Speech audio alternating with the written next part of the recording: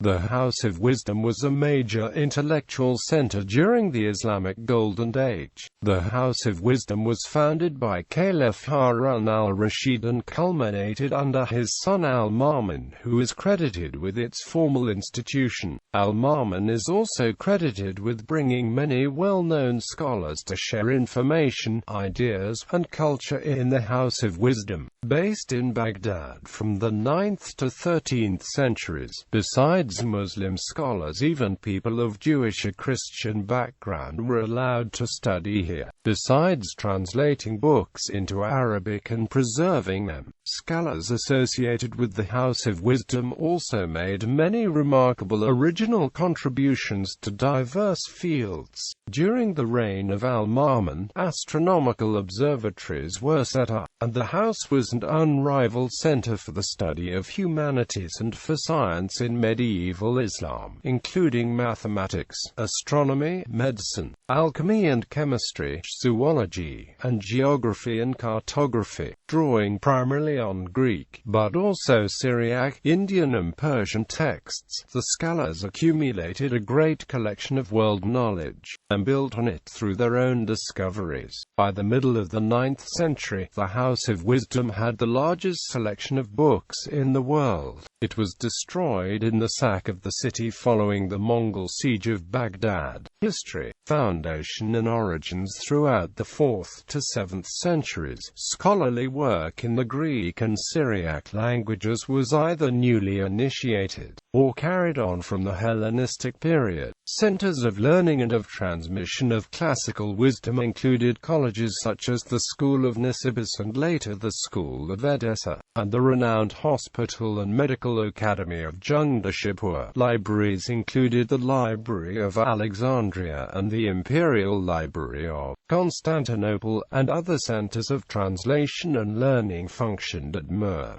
Salonika, Nishapur and Ctesiphon, situated just south of what was later to become Baghdad. Through the Umayyad era, founded by Caliph Muawiyah I, during the reign of Caliph Al-Ma'mun, he starts to gather a collection of books in Damascus. He then formed a library that were referred by the name of Beit al-Hikmah, books written in Greek, Latin, and Persian in the fields of medicine, alchemy, physics, mathematics, astrology and other disciplines were also collected and translated by Muslim scholars at the time. Remarkably, the Umayyads also appropriated paper-making techniques from the Chinese and joined many ancient intellectual centers under the rule, and employed Christian and Persian scholars to both translate works into Arabic and to develop new knowledge. These were fundamental elements that contributed directly to the flourishing of scholarship in the Arab world. In 750, the Abbasid dynasty replaced the Umayyad as the ruling dynasty of the Islamic Empire, and, in 762, the Caliph al-Mansur built Baghdad and made it his capital, instead of the old Damascus.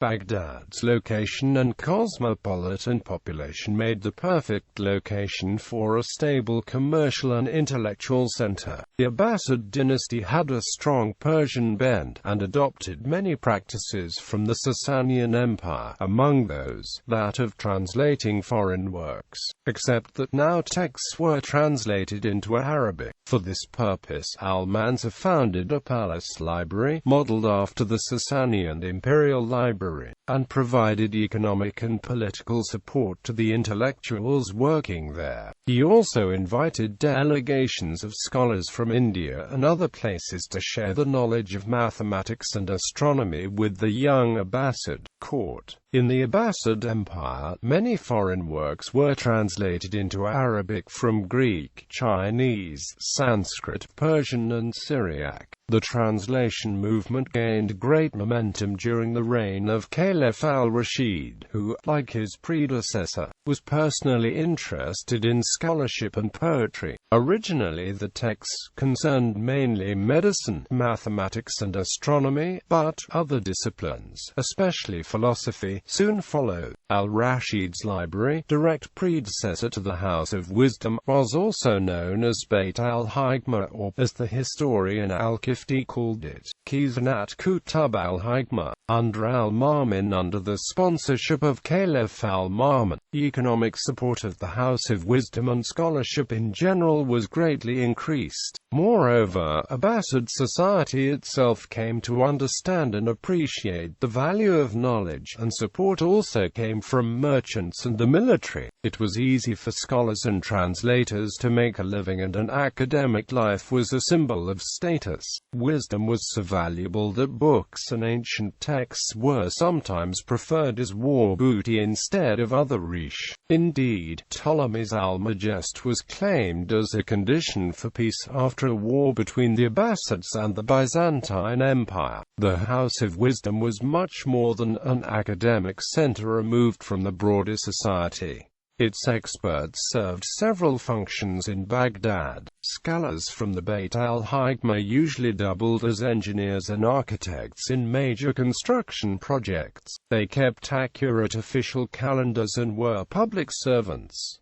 They were also frequently medics and consultants. Al-Ma'mun was personally involved in the daily life of the House of Wisdom, regularly visiting its scholars and inquiring about their activities. He would also participate in and arbitrate academic debates. Furthermore, he would often organize groups of sages from the Bayt al-Hikmah into major research projects to satisfy his own intellectual needs. For example, he commissioned the mapping of the world, the confirmation of data from the Almagest, and the deduction of the real size of the Earth. He also promoted Egyptology and participated himself in excavations of the pyramids of Giza. Following his predecessors, Al-Ma'mun would send expeditions of scholars from the House of Wisdom to collect texts from foreign lands. In fact, one of the directors of the house was sent to Constantinople with this purpose. During this time, Caliph Harun, a Persian poet and astrologer, was the chief librarian of the Bayt al-Hikmah. Hunayn ibn Ishaq, an Assyrian Nestorian Christian physician and scientist, was the most productive translator, producing 116 works for the Arabs. As sheikh of the translators, he was placed in charge of the translation work by the Caliph. The Sabian Thabit ibn Qara also translated great works by Apollonius, Archimedes, Euclid and Ptolemy. Translations of this era were superior to earlier ones, since the new Abbasid scientific tradition required better and better translations,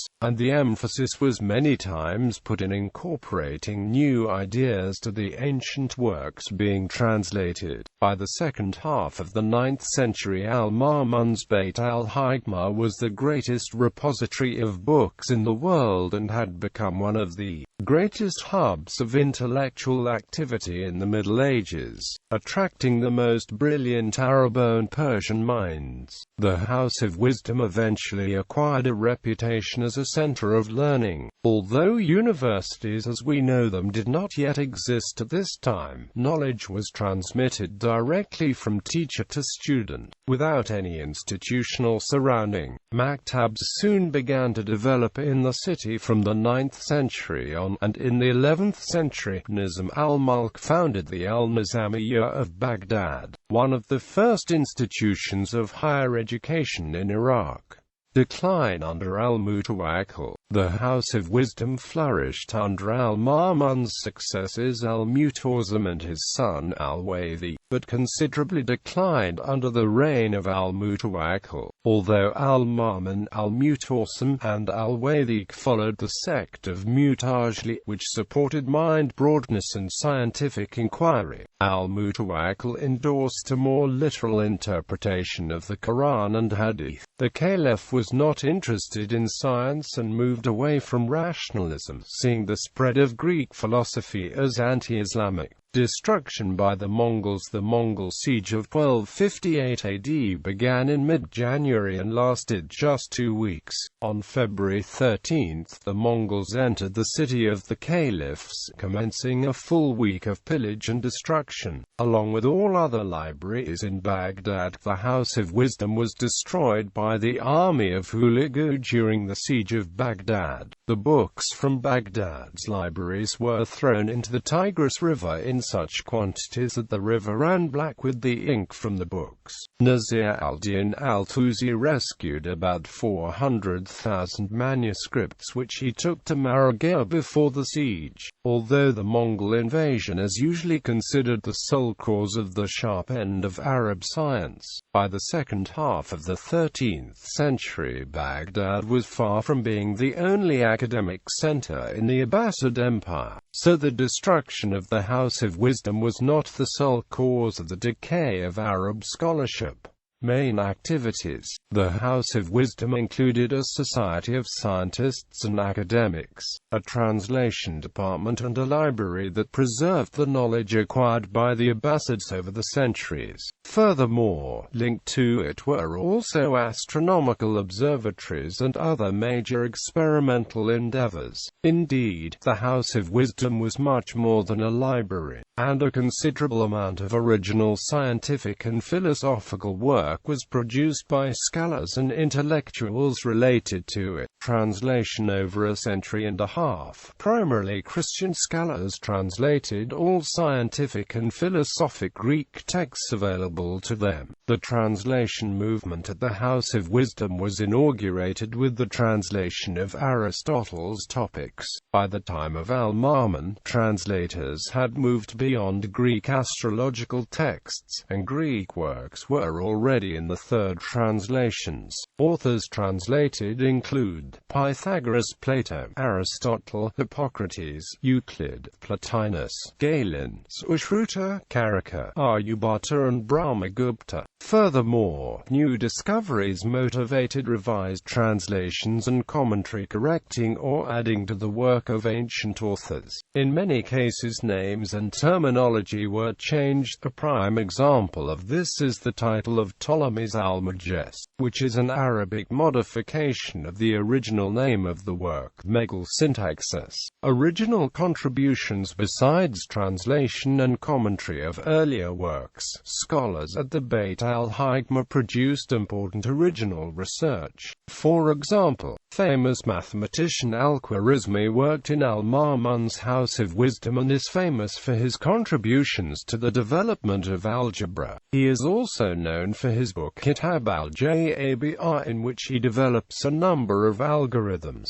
The application of the word algebra to mathematics and the etymology of the word algorithm can be traced back to al-Khwarizmi. The actual concept of an algorithm dates back before the time of Euclid. Besides that, this mathematician is responsible for the introduction of the Hindu decimal system to the Arab world, and through them to Europe. There were also important breakthroughs in cryptanalysis by Al-Kindi. There were also many original contributions to astronomy and physics. Muhammad Musa might have been the first person in history to point to the universality of the laws of physics. In the 10th century, Ibn al-Haytham performed several physical experiments, mainly in optics, achievements still celebrated today. Muhammad Musa and his brothers Ahmad and Hassan were also remarkable engineers. They are authors of the renowned Book of Ingenious Devices, which describes about 100 devices and how to use them. Among these was the instrument that plays by itself, the earliest example of a programmable machine. In medicine, Hunayn wrote an important treatise on ophthalmology. Other scholars also wrote on smallpox, infections and surgery. Note that these works would later become standard textbooks of medicine in the Renaissance. Under Al-Ma'mun lead science saw for the first time bigger research projects involving large groups of scholars. In order to check Ptolemy's observations, the Caliph ordered the construction of the first astronomical observatory in Baghdad. The data provided by Ptolemy was was meticulously checked and revised by a highly capable group of geographers, mathematicians and astronomers. Al-Ma'mun also organized research on the circumference of the Earth and commissioned a geographic project that would result in one of the most detailed world maps of the time. Some consider these efforts the first examples of large state-funded research projects. Observatories. The creation of the first observatory in the Islamic world was ordered by Caliph Al-Ma'mun in 828.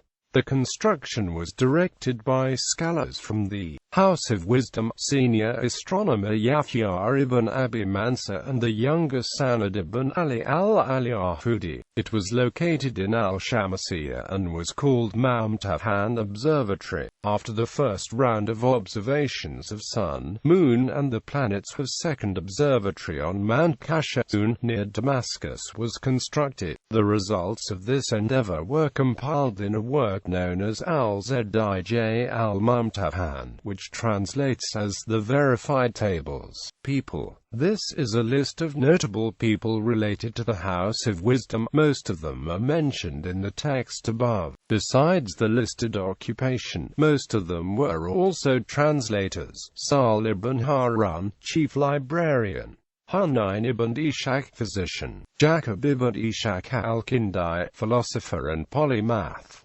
Muhammad ibn Musa al-Khwarizmi, mathematician. The Banu Musa brothers, engineers and mathematicians. Sint ibn Ali, astronomer. Abu Uthman, usually known as al-Jahiz, writer and biologist. Al-Jazari, physicist and engineer. Other houses of wisdom. Some other places have also been called House of Wisdom, and should not be confused with Baghdad's Bayt al-Hikmah. In Cairo, Dar al-Hikmah, the House of Wisdom, was another name of the House of Knowledge, founded by the Fatimid Caliph al-Hakim by Amr Ali in 1004. There is a research institute in Baghdad called Bayt al-Hikmah after the Abbasid-era research center. While the complex includes a 13th-century madrasa, it is not the same building as the medieval Bayt al-Hikmah. It was damaged during the 2003 invasion of Iraq. 33.3423 degrees north, 44.3836 degrees east, 33.3423, 44.3836. The main library at Hamdard University in Karachi, Pakistan is called Bayt al-Hikmah.